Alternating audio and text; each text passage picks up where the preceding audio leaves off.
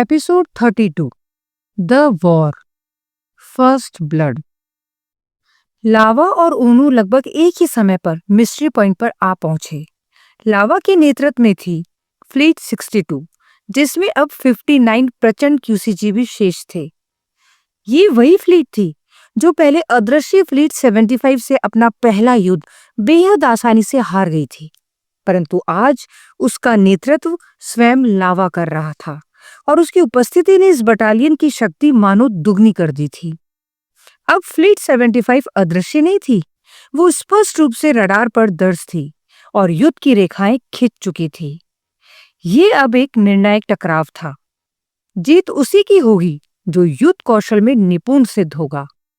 लावा, जिसे कभी मिस्टर लावा और कभी हुमेर कहा जाता था, पहले भी कई बार डस्क रिबेलियन को घुटनों पर ला चुका था। आज वो पूरी तरह से तैयार था।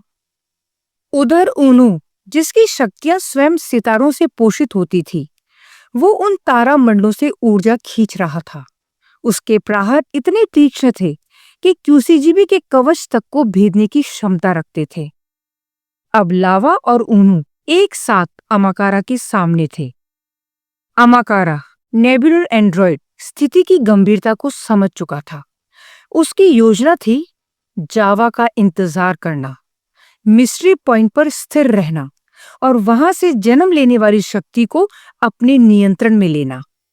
पर समय अब उसके हाथ से फिसल चुका था। जावा मृत्यु और जीवन की सीमा पर अटका था। अब अमाकारा को अपने बल और कौशल पर ही निर्भर होना था और लावा और ऊनू की संयुक्त शक्ति को हराने के लिए उसका सहारा वो स्वयं था। उसने अपने समस्त क्यूसीजीबी पर संदेश प्रसारित किया। क्षण भर में उसकी कर्कश और यांत्रिक आवाज सभी 75 चैनलों पर गूंज उठी। अब महायुद्ध का समय आ पहुंचा है। मैं इस समय बनाशी के क्यूसीजीबी पर हूं, पर अब अपने मुख्य क्यूसीजीबी पर लौट रहा हूं। नल रीजेंट, नील और लेटिस वीवर, प्लाई, तुरंत मेरे क्यूसीजीबी पर आओ। इतना कहते ही अमाकारा ने बनाशी का क्यूसीजीबी छोड़ दिया और अंतरिक्ष की गहराइयों में उड़ गया। उसकी उड़ान मानो शून्य को चीरती हुई आगे बढ़ रही थी। थोड़े ही समय में वो अपने विराट मुख्य क्यूसीजीबी पर अवतरित हुआ। एक ऐसा महायान जिसकी छाया ही पूरे आकाश को ढक ले। कुछ ही देर में शून्य को चीरती हुई एक काली चमक वाला युद्धक विमान उस विराट मुख्य क्यूसीजीबी पर उतरा। उसके द्वार से उतरा नल रीजेंट, नील।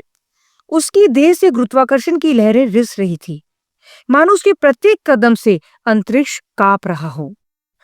इसके तुरंत बाद चमकीली रजत किरणों में लिपटा हुआ दूसरा विमान उस विराट मुख्य क्यूसीजीबी पर उतरा। उससे प्रकट हुई लेटिस वीवर, प्लाई, जिसकी उंगलियों में चमकती हुई ऊर्जा रेखाएं मानो स्वयं वास्तविकता के ताने बाने को काट छांट सकती थी। दोनों अमाकारा के सामने आ खड़े हुए। उसका मुख्य क्यूसीजीबी अब केवल एक युद्धयान नहीं, बल्कि 3 प्रलयकारी शक्तियों का केंद्र बन चुका था। नेबुला का शून्य मौन तनाव से कांप रहा था।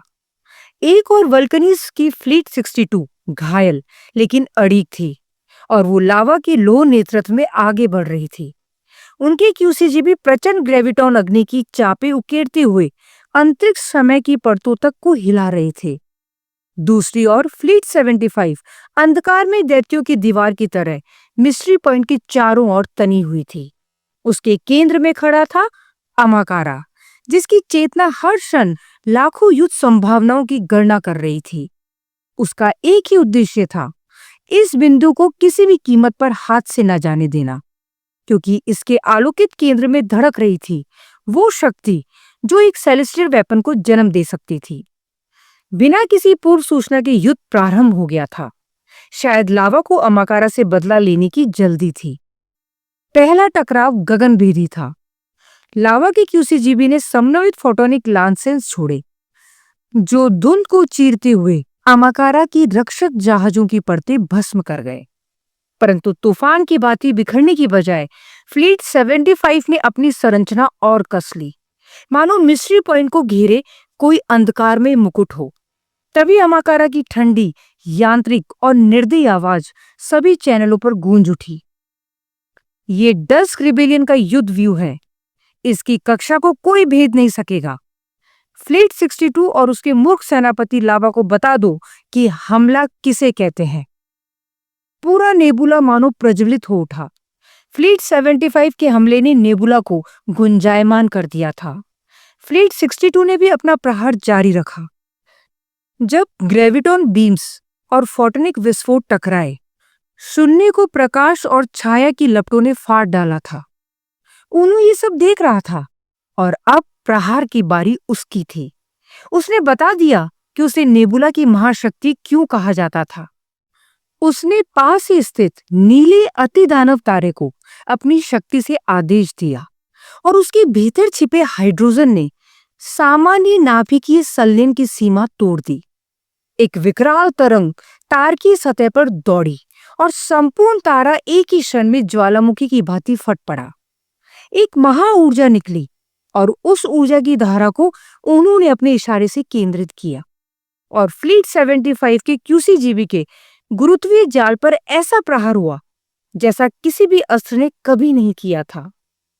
वो प्रहार इतना भीषण था कि फ्लीट 75 का पहला क्यूसीजीबी पल भर में वाष्पित हो गया।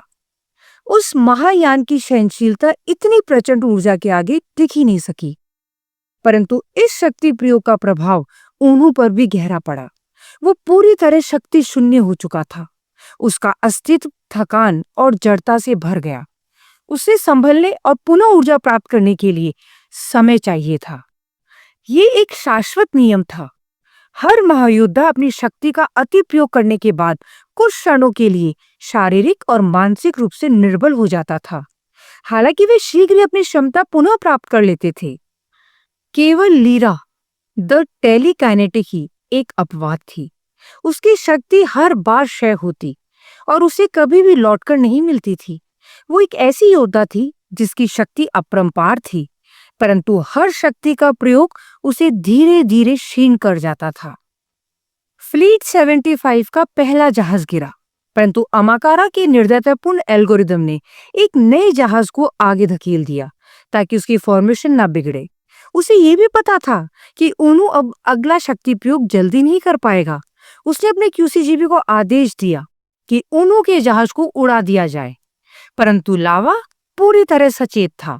जैसे ही ऊनू का शक्ति प्रयोग हुआ, उसकी फ्लीट 62 के क्यूसीजीबी ने ऊनू के यान को घेर लिया और अपनी शरण में ले लिया। अमाकारा के क्यूसीजीबी के हमलों को अब फ्लीट 62 के क्यूसीजीबी प्रत्युत्तर दे रहे थे। भीषण युद्ध चल रहा था और इसी अराजकता के बीच लुमिन और आरा शुद्ध प्रकाश की किरणों में रूपांतरित होकर दुश्मन की संरचना की सबसे कमजोर कड़ी की ओर बढ़ चले। उन्हें भलीभांति ज्ञात था कि विजय केवल शस्त्र शक्ति से नहीं, बल्कि शत्रु के हृदय को भेदने के दुस्साहस से मिलेगी। एक अकल्पनीय महायुद्ध द लास्ट ऑलिथ्रोस शुरू हो चुका था।